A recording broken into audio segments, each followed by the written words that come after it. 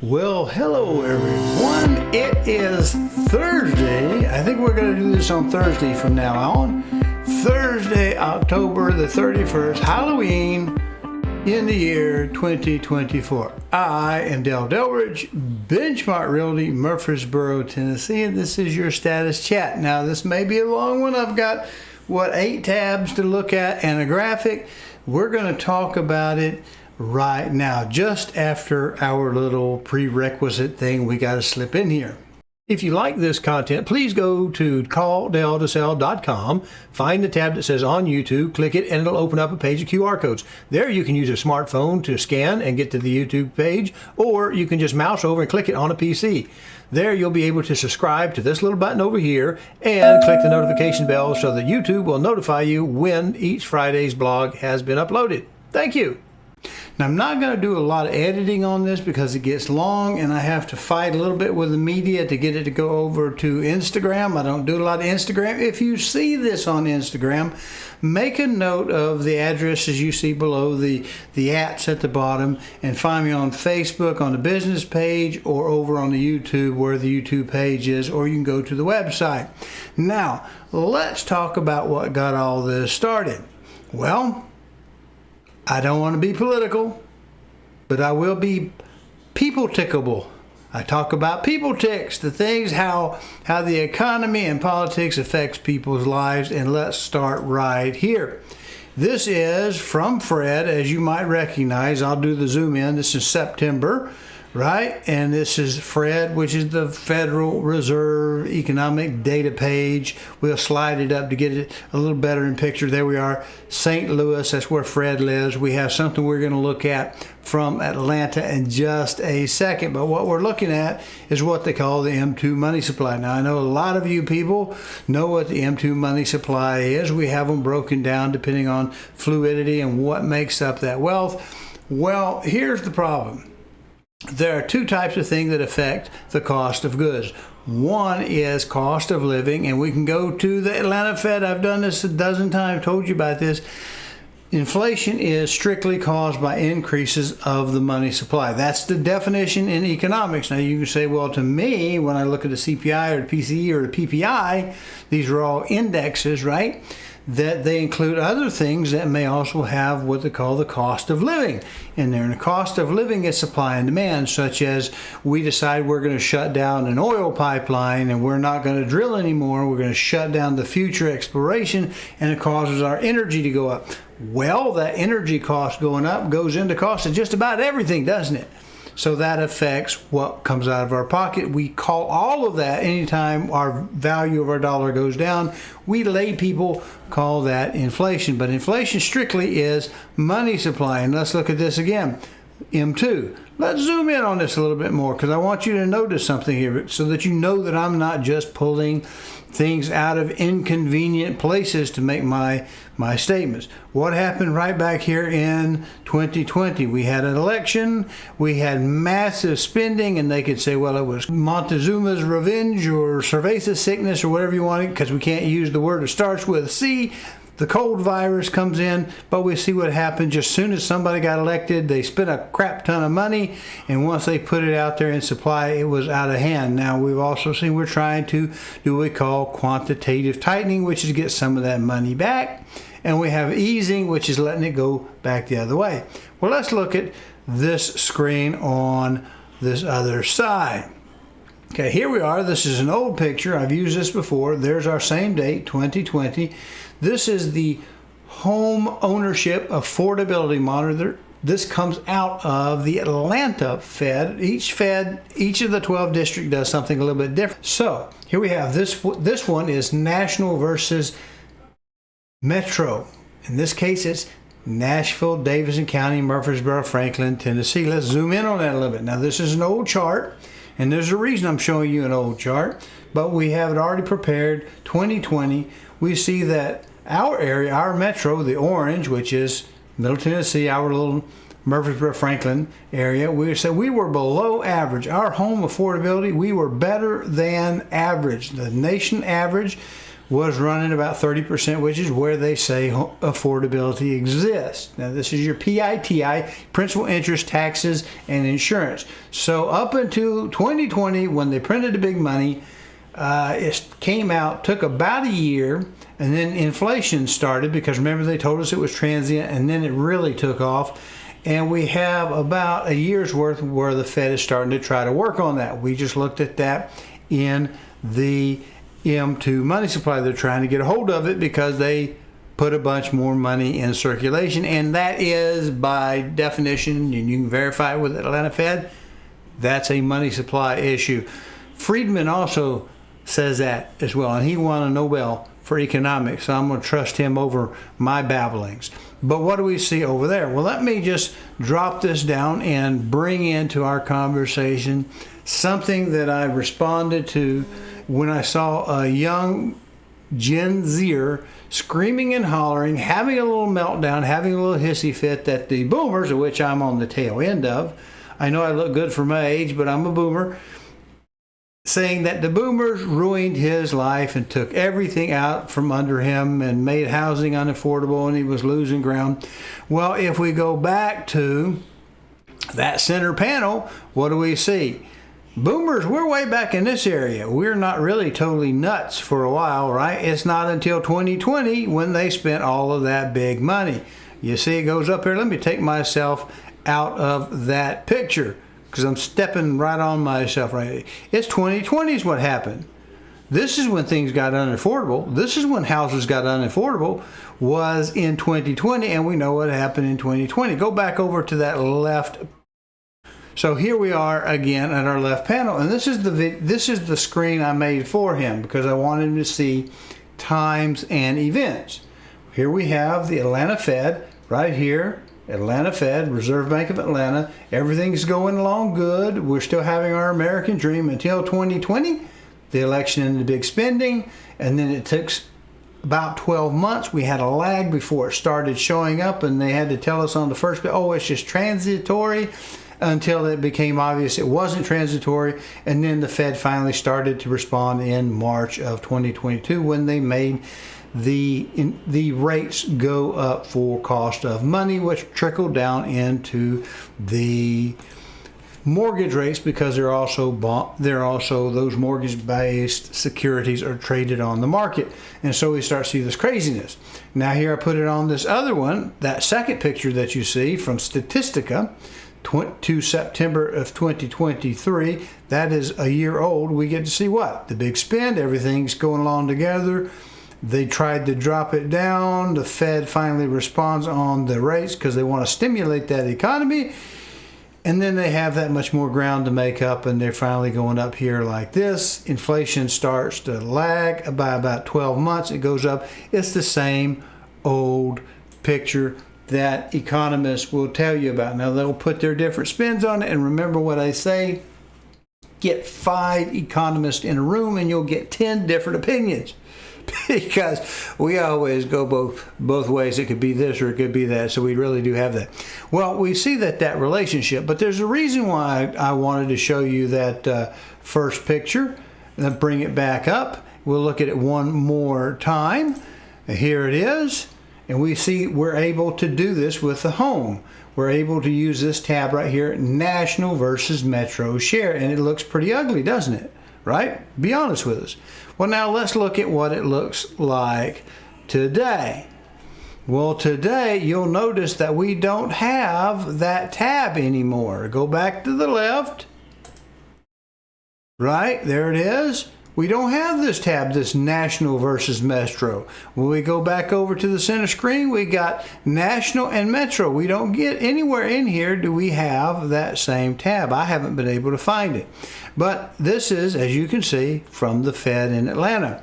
Same thing, the home ownership affordability monitor, just like we have over on this side, home ownership affordability monitor, but we can't do this anymore. They won't let us do that. It's up to you to figure out why. But what we can do, if we can see this, I'll zoom in on it. This is only the metro because we can't put them side by side to compare them anymore. So let's look at that full screen.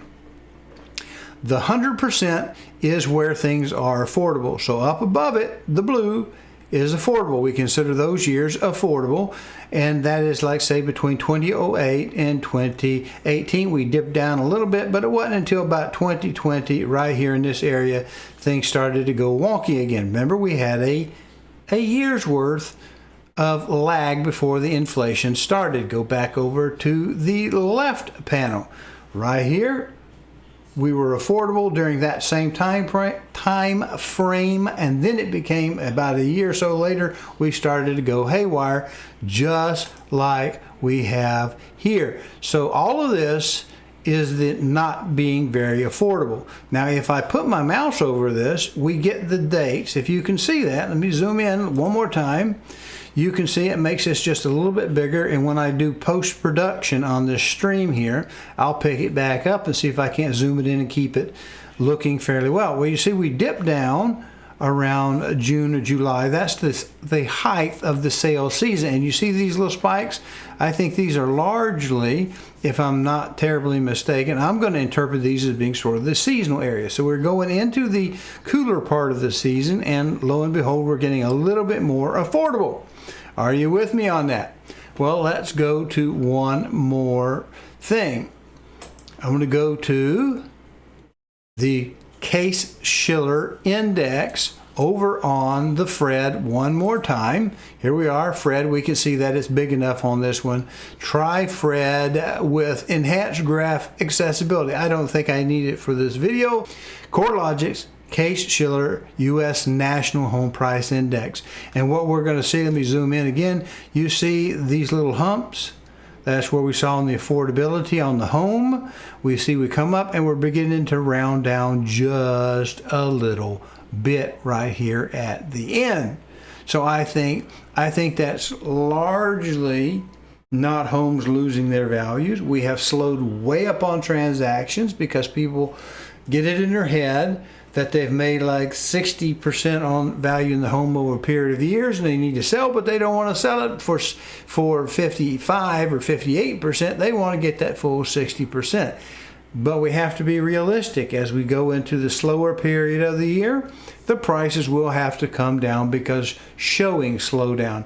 A lot of people then are just like, well, holidays are coming, we're going to give up our home search until we go green.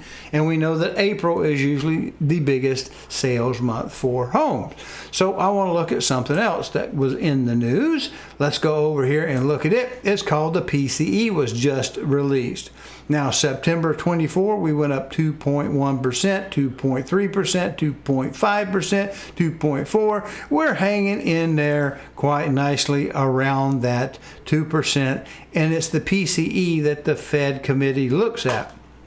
I don't think we really need to go too deep into this, but we get to see what it's all about. What is the Personal Consumption Expenditure Price Index? There we go. We can go ahead and look at some specifics if we want to look at it, but I think we're going to run awfully long like we are. So let's look at this one. This is from the Bureau of Economic Analysis. Right there, we got it. You see that, right? And we're going to look at to see if we're really turning things up or turning things down. Now, this is on personal income and outlays for September 2024. Now, what I want to do is look down here in this little section. Let me see if I can zoom in on this one little page so that we get a better look at it. I'm doing that from the keyboard, not in post-production. And what we're looking at is personal income, right? Percent change from the preceding month. We're going to go May, June, July, August, and September on this one. And we see that, well, we're still making a little bit of gains, but it's at 0.3. It's not really outpacing inflation by any notable amounts. All right, let's look at the ADP National Employment Report. That came in today, and we want to look to see what they say, because you know we tend to revise employment numbers down, especially this year seems to be worse than normal. So let's see what the employment numbers look like. Remember, just a while back, about 2 months ago, we had a major adjustment of 800,000 jobs that never really were, but they said they were. So this is ADP research, right? So this is not the government. It says that we added 233,000 change in the private employment. Private employment added to 33 jobs October. Even amid the hurricane recovery, job growth was strong in October as we round out the year. Hiring in the U.S. proving to be robust and broadly resilient. So I think if we're going to look for excuses to cut our Fed rate, we may not be seeing it. Whether this are legitimate numbers or not, the reality is the numbers are what they are, and people are going to make their judgment. The FOMC are going to make their judgment based upon what numbers they can point to and say, this is the reason we did what we did. But go back to this, and we'll see if we were just to draw a line, say from this point straight up along this slope, we would be just under a little bit of where we are. So we're really not that far off. Are we? I don't think so. Now let's look at the BLS. Here we are with the BLS. This is a PDF, and you can go to the BLS to pull this up. It's just easier. If you're familiar with a lot of the time we look at it in the HTML format, it shoves everything way over here and it's hard to read. So what we can see is this just came out right here, Friday, October the 4th, right? So that is our last issuance of the BLS's number for September, and we see that we did decline. And if you want to listen to some people, they will say, well, it's declining, it's a bad news. But again, throw a line along this average way through here and it's not too far off. Also, when we look at here, this is non-farm payroll employment over the month changes seasonally adjusted for September 22 to 24. Maybe I can zoom in a little bit without stepping on myself. There, I got a little bit in the margin. Let's look a little further down. So when we read this, we're going to see household survey. Remember, we have the household survey and we have the enterprise survey. They call it, what do they call it? Not enterprise, establishment. Knew it started with the letter E. I'm just rambling on trying to get through this. The unemployment rate at 4.1% and the number of unemployed people at 6.8 million changed little. So again, we're not seeing, based on the government data, that we're having a massive set of layoffs on the nation as it's, an entire nation of 330 million people, 350 million people, whatever it is. We see the private, the ADP report, and this both says that employment is holding fairly steady. And even if they adjust it down a little bit, as they're been inclined to do, it's really not going to put it too far off the mark. So if we looked at spending is holding pretty robust, and we look at jobs, they're telling us that they are pretty robust. What else does that have for us in our future? Well, let's look at something that we have here from the National Association of Realtors. Pending home sales. Well, right there it says they're up 7.4%. Let's go ahead and zoom in on that a little bit more. Maybe we'll read a little bit of that. Now, I'm not a big fan of Mr. Yun here because I think he tends to be a little bit left of center in his analysis, and yet the data is what the data is. Pending home sales rose 7.4% in September of 2024, with all four regions of the U.S. experiencing month-over-month gains in transaction. Year over year, the Northwest and the Northeast and West registered an increase, while the sales remained steady in the Midwest and South. And that's what we expect to see. You have my website that you can pull those 9 graphs for each of those areas that you might look for, the ones I have predetermined. I've maxed out the website, so I can't add any more charts in it. The website is as big as my allocation to let it go, but you can go in there and look and see what we're doing. We're down a little bit, but we're creeping into the slow period of the year. Hello, I'm Del Delbridge of Benchmark Realty, Murfreesboro, Tennessee. If you are currently unrepresented and would like to know how to compare up to 3 properties side by side and room by room, then go over to my new YouTube channel, CallDelToSell. That's one L and Del, no spaces. Watch the demo on RealScout and then call me and we'll set up your exclusive ad-free account today. All right, now I have the numbers like we do each week. We take the under contract still showing and we look at them in comparison to what's being offered, what percentage, and we put that into a number. Now we just saw, what did we just see? Well, we saw that we had pending home sales went up.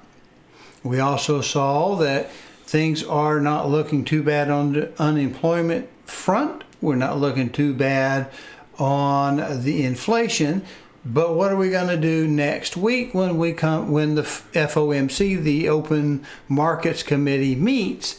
We don't know. They could go either which way. It's probably a toss-up. A lot of people are expecting no cut because we're fairly stable. But now the Fed said, well, we'll cut them if we're seeing a threat to jobs. We're not seeing a threat to jobs, and even if we adjust them down a little bit, we're still not crazy. We're not anywhere near 5%. We're not really seeing a great deal of volatility there.